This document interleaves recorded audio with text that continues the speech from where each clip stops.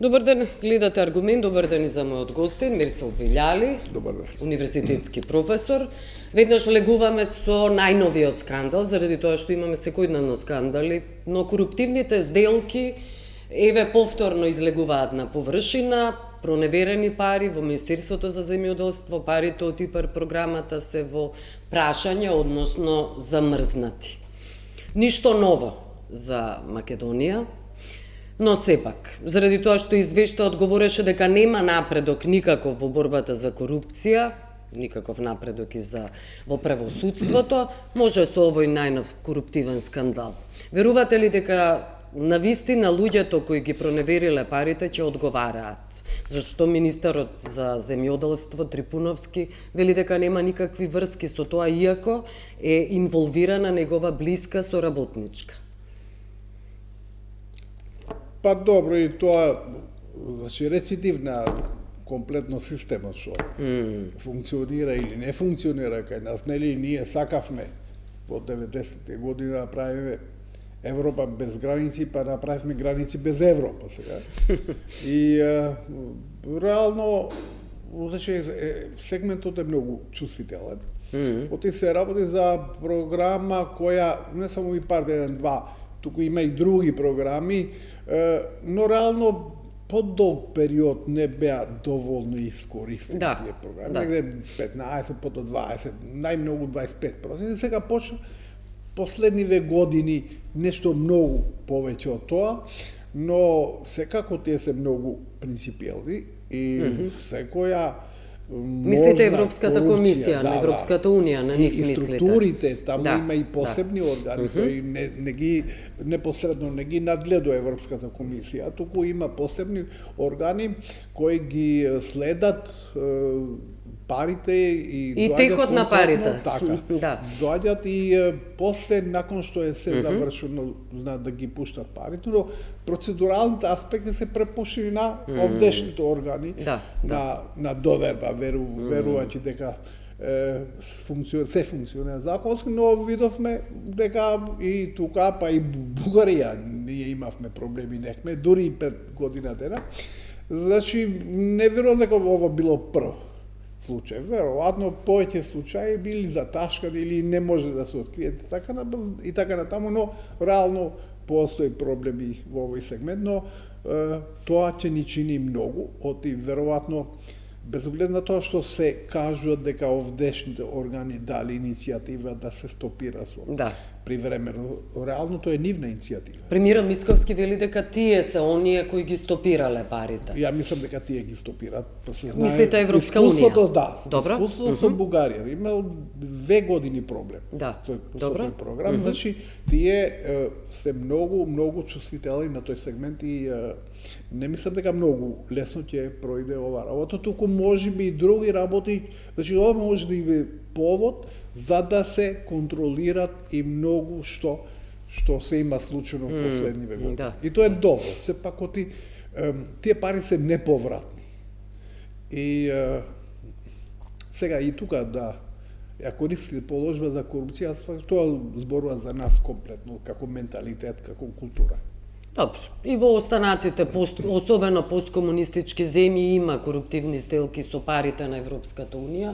И ако гледаме и случајот со Франција и со Саркози, станува збор за корупција во големи размери, на врвот, највисоко ниво, но за разлика од ваквите земји како Македонија, сепак казните постојат. Ќе видиме како ќе заврши со Саркози, но можам да ве прашам, жалбата дали ќе сметате дека ќе биде усвоена од страна на судот и ќе заврши како слободен човек Саркози, веќе која сме кај корупцијата во позрелите демократии. Добро, се работи сепак за важни личности и тука сите држави внимаваат, значи за да се... Тоа знаеме и од Италија, нели? Предпоследниот премиер, кој наместо у затвор отиде во една социјална установа кај што се помага на пензионерите, општествена корисна работа. 4-5 дена се чини, работел таму само за да се слика и значи сепак за тие личности молкум постае некој изузече, значи од казни, ето, без оглед на тоа дека се пушта при време или времено, додека не се одлучува по основа на жалбата, ја мислам дека тој реално нема се врати. Во затвор нема да се врати. Добро, имаше разни шпекулации. Сигналот се праќа. Да, пораката е пратена значи, до... првиот човек седнува месец дена у затвор. Добро, имаше шпекулации, ќе повторам дека ова е порака и до Марин Ле Пен, ако можеше Саркози да заврши во затвор, ќе можете и вие многу лесно. Но добро, ајде околу веќе кога сме кај коруптивните сделки и извештајот на Европската комисија, што вели? Не постигна Македонија никаков напредок во превенција и борба против корупцијата и во тој контекст тука и судството нема напредок во судството и фундаменталните права. Судството, значи или правосудството, подобро да кажем, тоа е хронична болест. Особено кај нас, а кај сите држави од Западен Балкан, ама не е само тој сегмент, ама најмногу се потенцира тој сегмент, за здравувањето на организмот почна од функционирање на правосудството. Да. Значи, само кога луѓето ќе се плашат дека можеби ќе одговарат, и тогаш ќе почнат да се однесуваат законски како што треба. И германци да ги прашат, и западњаци да ги прашат, кажи кај нас кога би имало политика на неказнивост, веројатно не како кај вас, туку бар 50% и тука би се понаше на ист начин. Значи, важно е системот да функционира, но извештајот за жал е меѓу најлошите последниве 10 години. Ако се чита внимателно, има многу обемене извештајот и зборува и за функционирање на јавната администрација, државната администрација, организираниот криминал, функционирање на системот, на институциите, човековите права, медиумите, поделбата на власта. Значи се внимава на многу сегменти кои се многу важни. Например, кај нас и прочем и во многу држави, особено во Западен Балкан, поделбата на власт може би ќе трае 100 години. Зошто? Со децении. Да, затоа што во Англија, например, и Велика Британија, ако идете да проучите како ги срушиле владите, 90% произлегува дека владите ги срушиле партиите кои биле дел од власта. Ретко кога се случи опозицијата, таа може би помогнала. Но иницијатива најмногу доаѓала од нив, од тие поаѓат од тоа.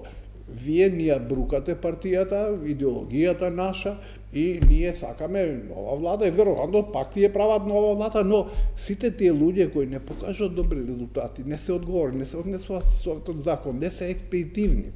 И така функционира. И тоа е поделба на власт, значи законодавната власт ја контролира и ја разрешува, ако е потребно, извршна власт. Кај нас тоа ни во сон неба да се случи. Не само кај нас и во соседството исто. Да, добро. Политичката култура е таква, се разбира, тоа се остатоци од комунизмот. Друго, тоа мора да се објасни и политичката димензија или политичката волја кај нас во однос на тоа сакаме ли ние во Европска Унија или не. Мој впечаток, а тоа изгледа и ако меѓу редовите пиша и во извештајот, дека немаме доволно политичка волја да ги правиме реформите и да стасеме таму кај што претендираме 30 и нешто години. Добро, знаете како вели Мицковски? И се да сториме, како вели, го цитирам, и се да сториме, Бугарија повторно ќе ни стави вето. Кога вели се да сториме, мисли на правење на сите реформи. Дека се е за бадијала. Која е вашата порака до премиерот? Така, и се да сторевме, ние ќе станевме членка на Европската Унија 2008 година. Не, сега говориме за оваа влада. Не, ти кажеш оно сега тоа 2008 да ни се враќаме. Да. Сега е оваа влада. Мицковски вели, сега се да сториме, сите реформи да ги направиме, се е за бадијала. повторно ќе добиеме вето од Бугарија. Не, намерно се вратив. Добро, ајде, вратете се. Тогаш не ги направивме домашни задачи во однос на проблемот со името, која беше тогаш со ниска цена. Република Македонија цртичка Скопје, и тоа само за надворешна употреба, не ерга омнес како е сега. И потоа можевме и НАТО и Европско до 2011. Не знаеме што би било. Никогаш не може да се предпостави што на вистина какви прички на патот би имало. Сега ние сме виновни што ја доведовме државата до ситуација да не уценуваат сите. Утре веројатно ќе не уценува и Албанија. И тоа правно. Ќе каже тоа многу што ќе се повикува на тоа, како функционира системот, легитимитетот, кредибилитетот. Ќе најде некој начин.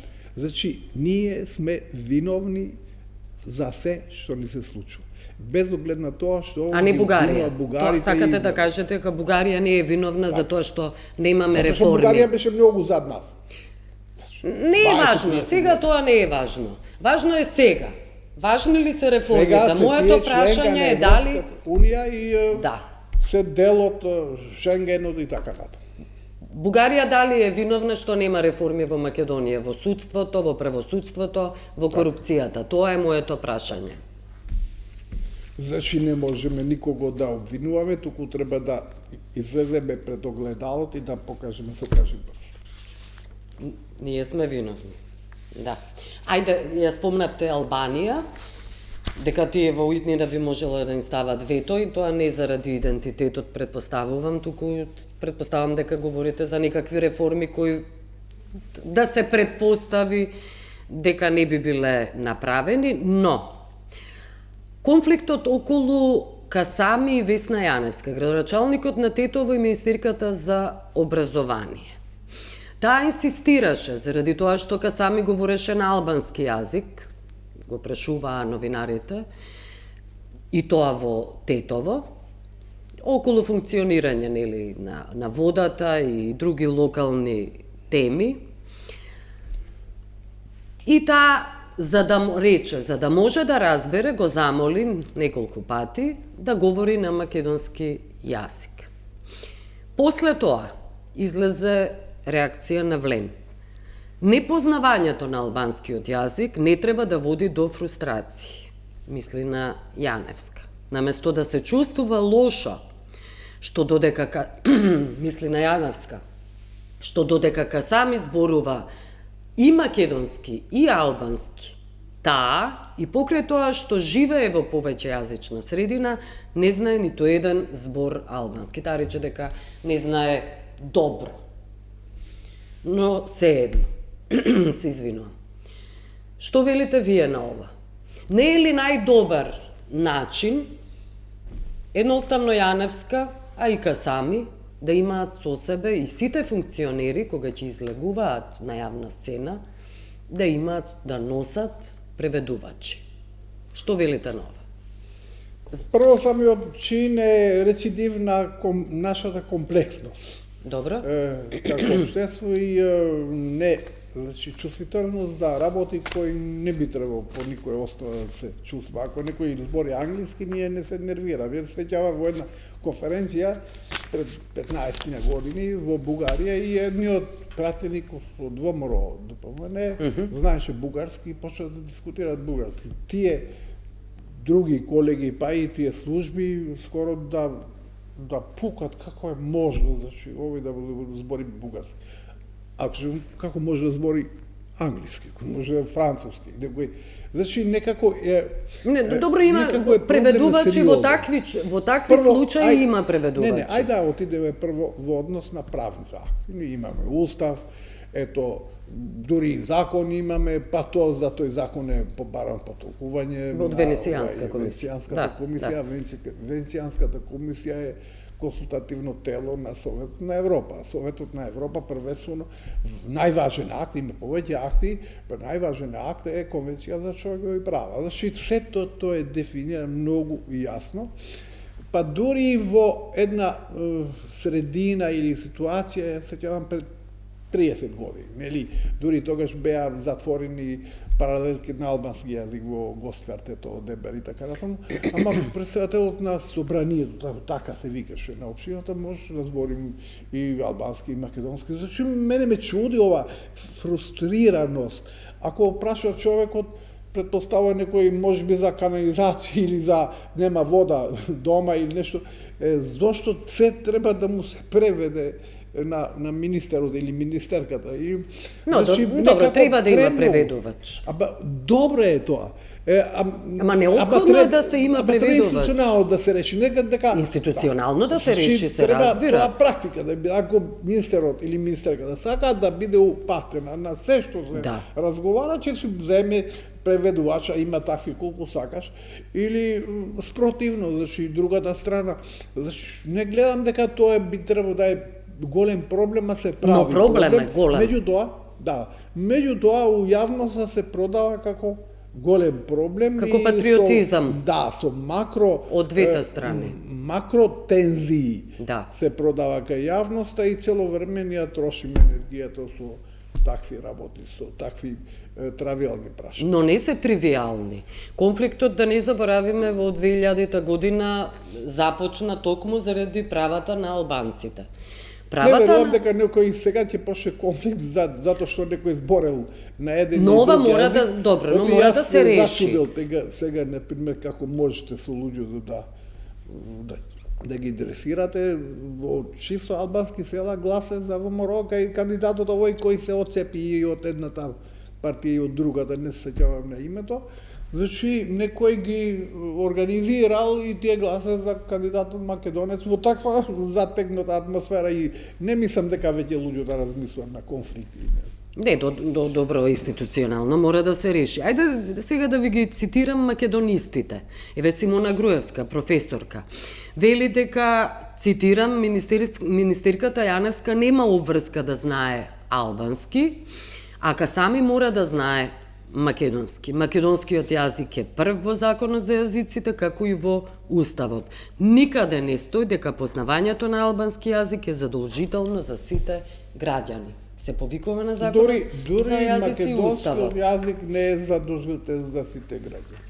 Дури и за носителите на јавни функции. Ние сме имале министри кои не знаеле и македонски. Знаеле англиски, например. Не англиски не знаеле. Значи, имаме министри кои англиски говорат исклучиво англиски јазик. Не, зборувам порано, пред 15 и нешто години имаве човек кој не знаеше. Не знаеше македонски, тоа никој не го драматизираше, ќе се преведуваше, ќе дојде човек и заврши приказа. Значи, важно е да имате нормална, не политичка, нормална волја, човечка волја, сето разбирливо. Тој што го знае јазикот, ќе збори на тој јазик.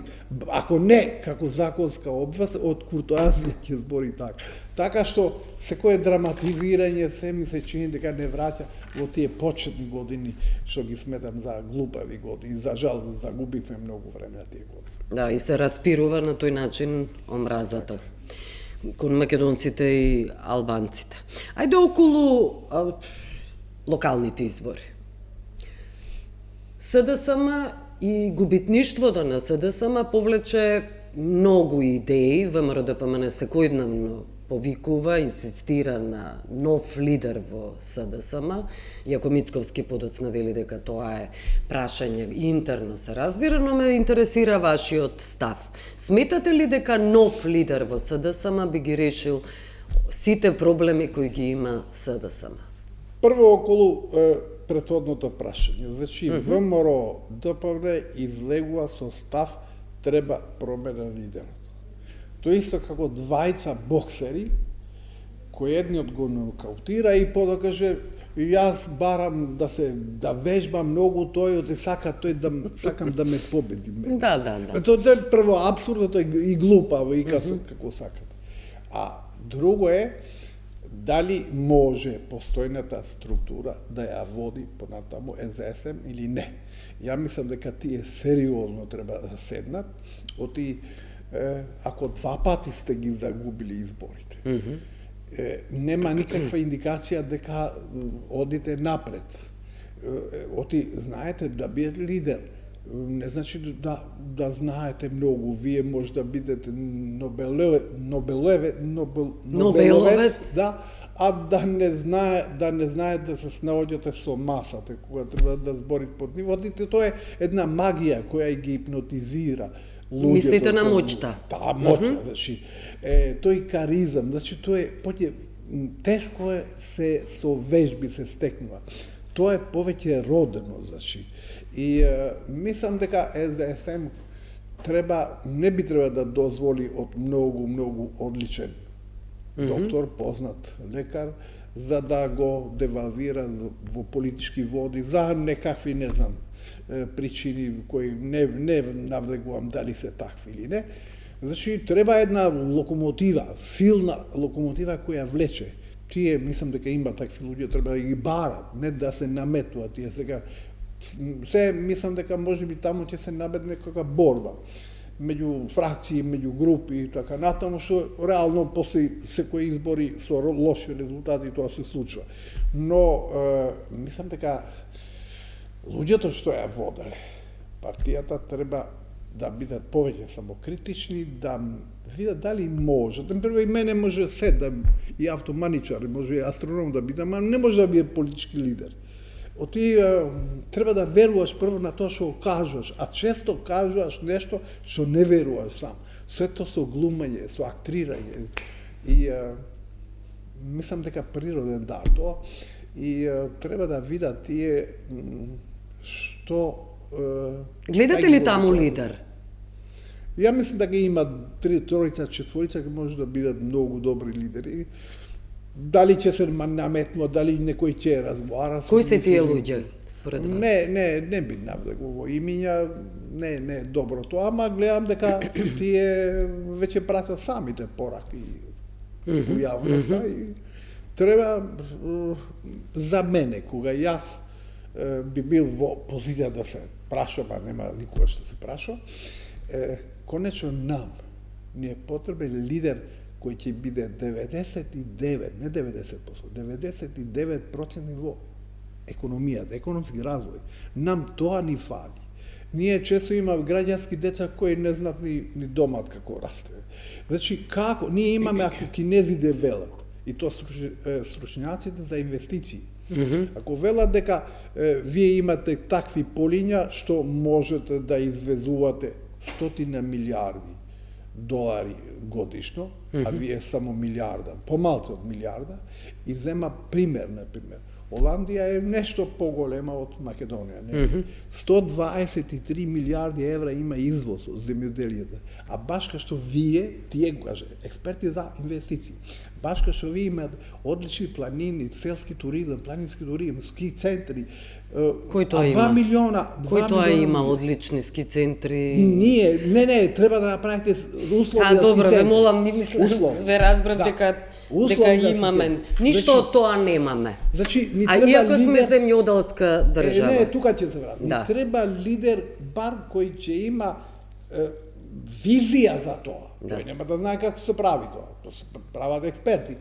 Ама вие треба да имате политичка волја, визија и да имате цел за тоа. И да се свеси дека ова што го имате треба да се експлоатира. И дека тој ќе ви даде продукт кој ќе се продава на секаде во светот. Ние тоа го имаме, а тука немаме и во срце немаме. Добро, благодарам што бевте гостин, Мерцел Вилјан. Беше драго. Благодарам што не гледавте. Пријатно.